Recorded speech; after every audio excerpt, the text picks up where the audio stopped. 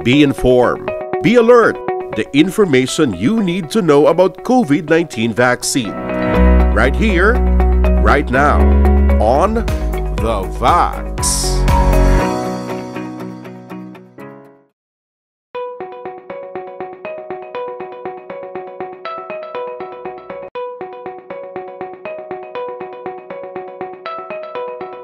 Sa akon nga na-experience siya sa mga parokya mga naagyan ko subong no, kalabanan man tuod nga may nagpangduwa-duwa gid man sila nga magpabakuna kay tungod ang una nga sa base lang sa akon nga observation, una gid nga ginaano nila is ang side effects sang sang bakuna, ang nagalagaw nga mga side effects ng bakuna.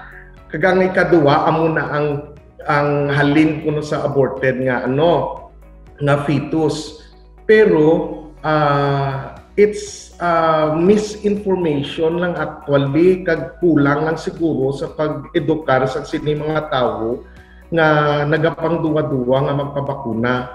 And the Catholic Church actually is encouraging the faithful nga magpabakuna. Yes, of course, kung nantaon natin sa moral teachings ng simbahan, any medical nga mga intervention should be voluntary. But because of this pandemic, ang pagpabakuna naton is also our response in promoting the common good. Nagapangibabaw ang common good subong.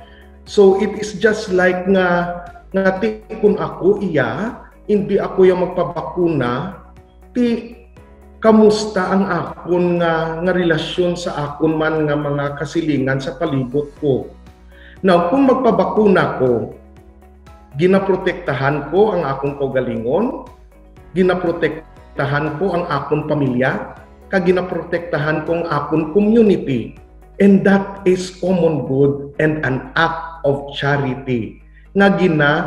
Siyempre nga gina-encourage sang aton nga simbahan. So, amo na kulang lang gid siguro sa pag-edukar sa ila, kag mas daw nagapangibabaw pa ang misinformation sa ila